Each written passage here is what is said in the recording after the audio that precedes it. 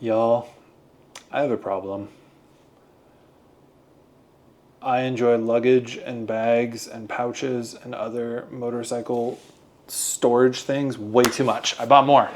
Kind of alluded to this in earlier videos, but Honda created OEM luggage racks for the Grom for 2024 in Thailand and Japan and 2025 in the US. And they were available on like WeBike and some other Japanese and Thai places before, but it was like $400 to get them shipped stateside. But they're available at US Honda dealers now. So parts numbers will be in the description. But I got a set. They were about $220 total for the racks and 2 bags. But I'm pumped. They're little guys, they're little cuties. The racks look nice. We'll go over those in more detail in a second. The only issue is I have a high mount exhaust, and this is exactly where that rack is supposed to go. So I don't know if it's gonna fit or not, but that is what we're gonna find out together. It is 87 in my garage right now. It's like 91 outside and a little warm if you couldn't tell. Okay, let's go over the various parts and things that we have before we get going. Maybe that's in frame. We'll see. Sure, let's call that good. Let's see, 2 frames. Ooh, that was loud. These come as a set from Honda. They are size specific, and they come with a little bit of hardware, some pretty long bolts with shoulders, and then some spacers. The instructions are a QR code, which is kind of frustrating because the US QR code didn't actually go anywhere. It wasn't listed on the accessories part, but the global instructions did work, even though they're really not all that needed. Since I have that high mount exhaust and I know that this is gonna be tight, I bought just a cheap Rhinowalk, Amazon brand, exhaust shield. So we'll figure out a way to get that on, hopefully. And then this is the bag itself. I have 2 of them. One of them I haven't opened yet. This is just the one I have. They're cute little guys. They slip on to the frames through some holes in the back. And then they have a like Velcro roll top. There's inserts in there to keep it all stiff. There's one little tiny Honda logo, and that's it. Little zipper pouch at the top. Some reflective bits on the sides that actually reflect pretty well. You can kind of tell I just have a small light on my camera, and that's it. But they're not bad. They clip on and off pretty easy. Extra D-rings if you want to lash things to them. A little bit of extra loopage. I think the bags were 70 something a piece and the frame was 60 something. I don't know. I'll put prices here and part numbers there, and we'll see. Aside from that, I have some extra spacers, hardware. I kind of just went to the store and bought what I thought I might need, knowing that I'm gonna have to space things out differently with the high mount exhaust. Quick note, if you have just a normal standard exhaust down here, not a high mount, these will bolt up no problem. You don't need all those extra spacers and things. It comes with everything you need. Same thing, Honda came out with a US market top box that hangs off the back a little bit. If you have that, that'll also bolt up no problem. There's instructions in the Honda instructions on how to do that one as well.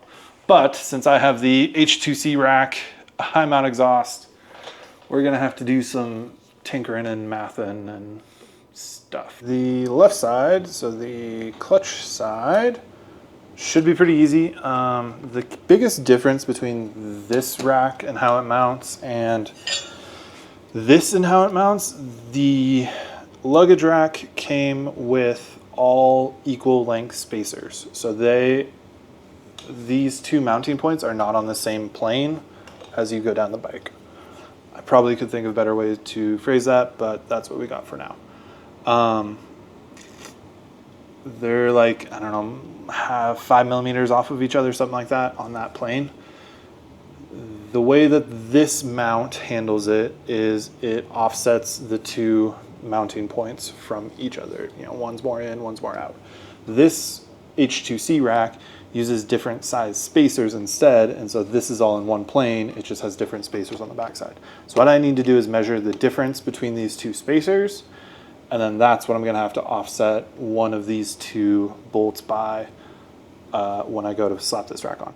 Okay, measured everything up. There's a 5mm difference in between the two, 4mm, but we're gonna fudge that extra millimeter in there. The other thing that we have to do is there's a lip on here, this guy right here, that's gonna run into that other bracket. So we wanna make sure that we space it out far enough away from there to make sure that everything clears. So I have a bunch of these little nylon spacers. My hardware store sells them. The stainless steel and like the black chrome whatevers are much more expensive, so I wanted to figure out what lengths I had before I bought, you know, real hardware. But the nylon, tons of compression, can handle a lot of compression and be just fine. So top mount, I have a 10, bottom mount, I have a 15, and I should just be able to bolt that all right back up using the, I should be able to use the new 6mm hardware. My only concern is maybe that it's too long. The spacers that it comes with are pretty huge. Spacers that it comes with, I mean, are pretty much the entire length of that shoulder there. 5 centimeters, 5cm long spacer, so 2 inches. And I don't particularly want to use all that, I don't think, with this rack, because it would stick out ridiculously far. So fingers crossed that will work. This is it compared to the rack that, or the bolt that came with the H2C. I don't know if this one's going to bottom out or not. Just in case though, I do also have a few bolts that are a little bit longer from a hardware store. So we're going to cobble some things together and hope that it works. Let's see. So far my math seems to be mathing. So bottom one, I have the H2C spacer. Let's see, I think that's a 15cm or 15mm, and then a 20mm on the outside, just to take up some of that extra slack on this giant bolt. And we will tighten that one all down. And then up top I have H2C spacer, 1cm, and then 2cm up here. And that gives us our rack. One of the things about this is Honda says it has a 1 kilogram weight limit. So you have 1 pound of weight you can put on there, which is not very much. These bags, how they go on, so there's 2 little loops on the back bottom. Those go on to the little posts. And then you do the clippy doodads through the back. Buckles? Buckles, those are buckles. Kind of prefer clippy doodads, but that's just me. You do need a little bit of clearance to get back here, which I think is why probably Honda has them spaced so far from the get-go, is to give you room to get back here. But, I mean, 2 clips and you're done up isn't bad. Isn't bad at all. Boom. We have a bag. All right, that was the easy side there. Oh, one thing I didn't talk about earlier. These also come with dry bags in them. These are roll top dry bags. So you get not only the outside bag, but you get an inner bag too. Super cool. Okay, maybe not super cool, but I think it's cool. Okay, on the right side of the bike, we have kind of 3 problems that we are trying to fix. One, this is not spaced right. Will not fit with where this is now. 2, if we move this like against the inside, then we have clearance issues here. And then 3 is how do we not burn or melt the back of our bags on the muffler itself. So I think we're going to tackle 1 and 2 first. I think what I've kind of toyed around with is actually moving this bracket to the inside of the H2C bumper, not bumper, rack. That's what it is, this rack. I'm going to move that to the inside, space it out a little bit. that'll tighten up this gap here between the plastic a lot, and I don't love that. And then it'll also put the exhaust pretty close to the spring. So I'm gonna put some spacers down on the bottom where the exhaust mounts and hope that that kind of tweaks it away from things a little bit more, just for my own. Okay, I think I have the rear figured out. We're gonna do 15 against the bike, put our exhaust mount in between. We'll do another centimeter. Our bracket will now go here, or sorry, now the H2C bracket will go there, and then we'll space it out another 25 centimeters, and then our saddle bracket will go here. I think that'll be enough to clear all this nonsense and actually get it flush. I don't know if it's gonna, I don't know how close it'll be here at the bottom, so that might be my worry point for now, but we're gonna give that a try. Well, that mostly worked. It's really tight up against the body here, and I'm pretty sure that will long-term melt it, and I don't particularly want to melt it. I do clear the bracket here, which is great. There's a little bit of room there, and it would appear I have enough room for the exhaust shield on there.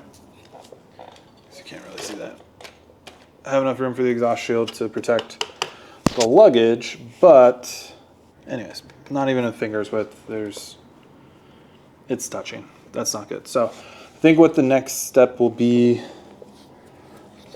is if I can make a different intermediate mount to lower the angle of the, it's still way zoomed in, whoops. Whoops. If I can make just a little piece to go between this exhaust mount and the bracket up here, just to drop it down a little bit, I think that that will help our angle down here clear, which would be perfect. So I'm gonna quickly whip up a little piece of aluminum. Okay, 2 holes, some angle grinding, piece of aluminum, and we have our bracket. Let's put it on. Okay, I think we're still going to use that same spacer stack that we were using. Also, I just noticed a few seconds ago that my mic was hanging out of my shirt. So, and by hanging, I mean literally like hanging the wrong way down. So if it sounds bad for a while, my bad. Still trying to get used to using an external mic that's not, directly on the camera. Okay. Lining up a mountain of spacers is the worst. As I drop my hex key, that's fun. We wiggle it all into place.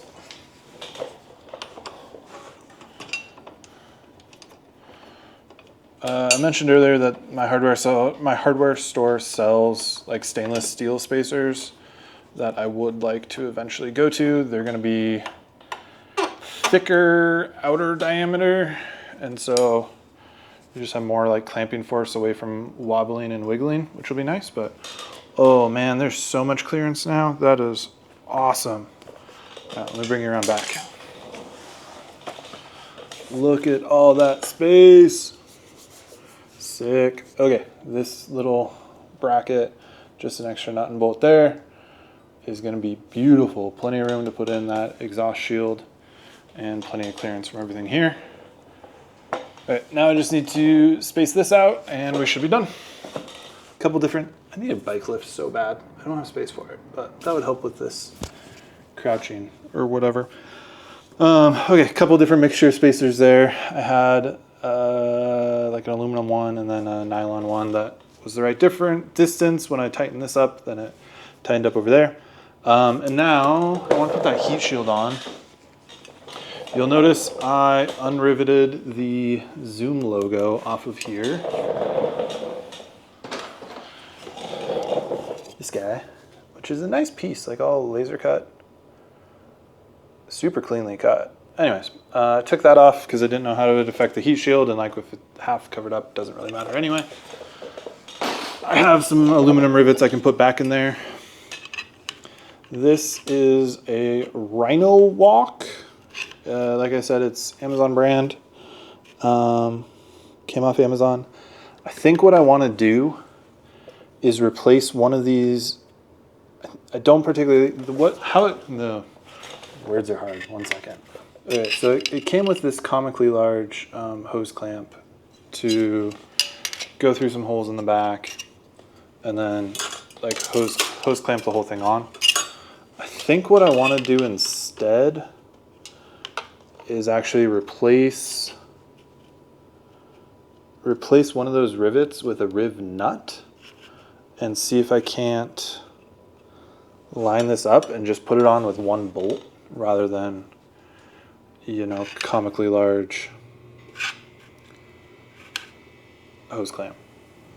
I don't particularly want, you know, a hose clamp going around there. Let's see if I have a riv nut small enough and a bolt long enough. That was really loud. Okay, we're gonna go for an M5 nutsert. Drill this lower hole out just a tiny bit. If you've never used a nutsert or riv nuts, they are fantastic little things. They let you put basically threads on any kind of blind hole or panel. Open up the tool, thread it all the way on. You can have a depth stop on here, but I'm squishing it just super flat, so I'm not worried about it. And squeeze it on like a rivet. And then you unthread your tool. I have a lot of threads. Yeah! And now we have threads on our exhaust. And we can pop this bad boy on.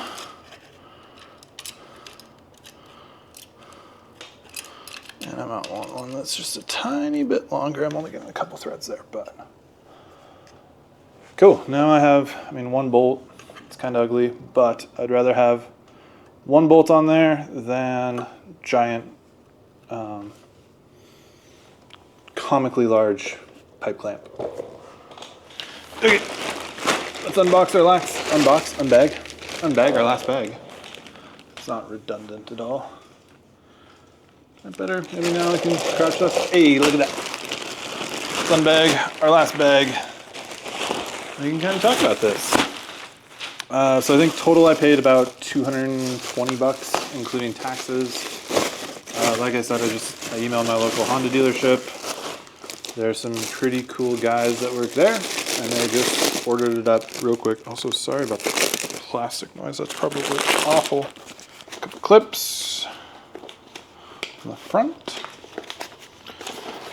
On the inside, you have, like I said, that Velcro top, and then a dry bag. We'll open that up here in a second. We also have these two boards, hard pieces. They're just a plastic, but they go in these little pockets on the ends and help give the bag shape. You don't really have to run it, I guess, if you don't want to, but anything that helps keep it sturdy is okay in my book.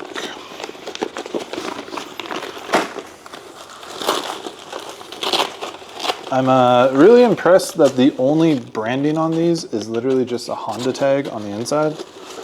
I kind of expected and honestly a little bit hoped that there'd be like Honda on the outside somewhere, but there's not, so I might have to Cricut something up and do it myself. And then you have your clips on the back. And again, this is how you attach it to the rack. Oh my God, there's so much packaging. Like, do we really need to foam up the buckles? Apparently we do. Okay, so hook here, slide it on, and your buckles come down from the top.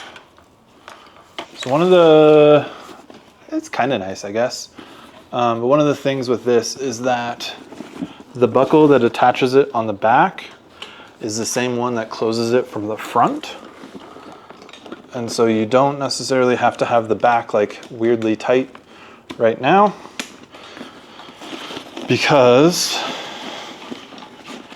it is the same one as the front, so you can adjust it down here instead.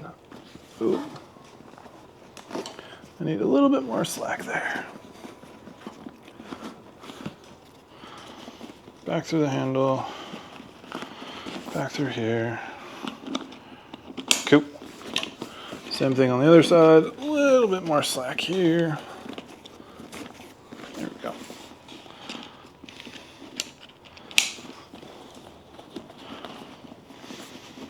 Sick. There's your bags with a high mount exhaust. All right, grab the dry bag again. Like I said though, it's a interior dry bag, pretty big. It's like roll top with your clip. Hot diggity damn. I mean, I don't remember if these were 70 bucks a piece or 60 bucks a piece, one of the two. That's not a bad price considering like this Kriega bag on top that is 5 liters instead of, I want to say these were like 10 liters or something like that. Probably more actually. These are probably closer to 12. And this costs less. That's awesome. And the racks are cheap. You could throw whatever bags you wanted on these racks. The only downside though is, like I said, that 1 kilogram limit on each side. That's 2.2 pounds. A tall boy of beverage, 16-ounce beverage, is 1 pound. So picture 2.2 of those in your side bag, and that's not very much. 2.2 pound weight limit aside, let's answer the important question, the realistic question, because we all know that we're going to ignore that 2.2 pound weight limit. It'll fit a 6-pack. DJ Jazzy Hef. Literally bought it just for the name, but it would probably fit 2 6-packs. So if you're looking for volume measurement, there are 2 6-packs worth of space in this bag. All right, get some walk around, get some B-roll, get some rolling shots. Just kidding, we aren't rolling. Shot of that butt. Trying to make this more of a advertiser friendly channel and not swear. So that's why you get that butt instead of that anyways. Man, I am so pleased. I think these are awesome. They are relatively cheap. They look good. They come off easily. You can just leave the frames on there. Here, let me show you how easy these come off. You don't even have to, you probably undo the front just to make your life easier. Oh my God, if you don't have as fat of hands as I do, come off even easier. And then it's off. And then you just have your little rack. Little racky rack. This is great. It is way too bright to be out here filming this. Okay, that's the bag install. I rode around just a little bit. Went to the dead end street down the road and around, and I'm super happy with it. I think that they look great. They fit way more than I expected. They're not in the way. The rack seems super sturdy. Only thing I might do is maybe add like a crossbar in between and see if, you know, I can get it where the suspension doesn't hit it, but there's a little extra bracing there. Kind of like if you've seen Kemimoto's Molly racks, kind of like that. But that's the install. That really wasn't bad to make it work with a high mount exhaust. I had to lower the exhaust a little bit, space it a little differently, make a bracket, and mess with other spacers. Like, that was super easy. If you didn't have like a rear rack, it would be even easier. If you didn't have a rear rack like I did, you could just, I mean, basically just pop it on and be good to go, and maybe space it a little bit more. I don't know. But I have a 2023. Those are meant for 2025. It's the same basic body, so that should fit anything from what, 22, 23, 24, 25, which is awesome. They're cheap. Totally recommend it. I would love to see more people running these. I think they're awesome, and I think Honda should definitely keep coming out with more accessories like this. So that's all for today. I've rambled enough. This is probably already too long anyway, but I'll see y'all later. Probably be another while between the next video, but I'll I'll see you on the next one. Bye.